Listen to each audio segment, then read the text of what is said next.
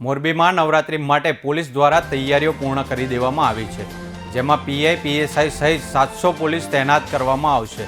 મહિલાઓની સુરક્ષા માટે સી ટીમ પણ કામગીરી કરશે।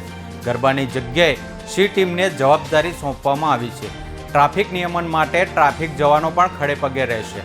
તમને જણાવી દઈએ કે નવરાત્રીનો તહેવાર શરૂ થવા જઈ રહ્યો છે, ત્યારે મોરબીમાં પણ નવરાત્રી માટે પોલીસ દ્વારા તૈયારીઓ પૂર્ણ કરી દેવામાં આવી છે, જેમાં પીઆઈ અને પીએસઆઈ સહિત 700 પોલીસ તૈનાત કરવામાં આવશે અને મહિલાઓની સુરક્ષા માટે સી ટીમ કામગીરી કરશે।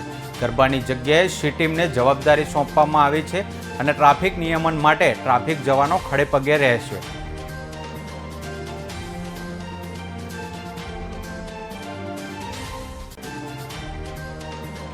3 તારીખથી 9 દિવસ માટે ચાલવાના જે નવરાત્રિના તહેવાર છે એ મોરબી જિલ્લામાં ખૂબ જ શાંતિપૂર્વક માહોલમાં અને હર્ષોલ્લાસના માહોલમાં ઉજવવામાં આવે એ બાબતે પોલીસ ખાતા દ્વારા જે તમામ તૈયારીઓ છે એ પૂર્ણ કરી લેવામાં આવેલી છે। જે મોટા ગરબી અને નવરાત્રિના આયોજકો છે એના સાથે પોલીસ દ્વારા મિટિંગો લેવામાં આવી છે અને જે ગાઈડલાઇન્સ છે, જે જોગવાઈઓ છે અને જે કયા વસ્તુના ધ્યાન રાખવાની જરૂરિયાત છે એ બાબતની મિટિંગો કરી અને સમજ પણ કરવામાં આવી છે।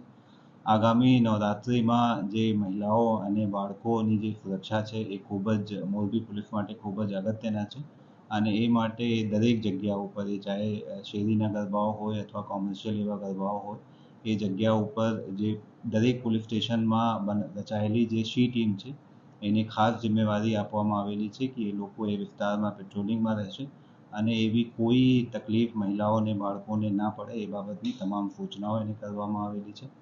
સાથે સાથે જે મોટા એવી જગ્યાઓ છે જ્યાં વધુ પ્રમાણમાં લોકોની અવરજવર થવાની શક્યતા છે એ જગ્યા ઉપર સીસીટીવી લગાડવા માટે પણ સૂચના આપવામાં આવી છે અને જિલ્લા કંટ્રોલ રૂમ મારફતે જે આપની જે સીસીટીવીના નેટવર્ક છે એના ઉપરથી પણ મોનિટરિંગ કરવામાં આવશે।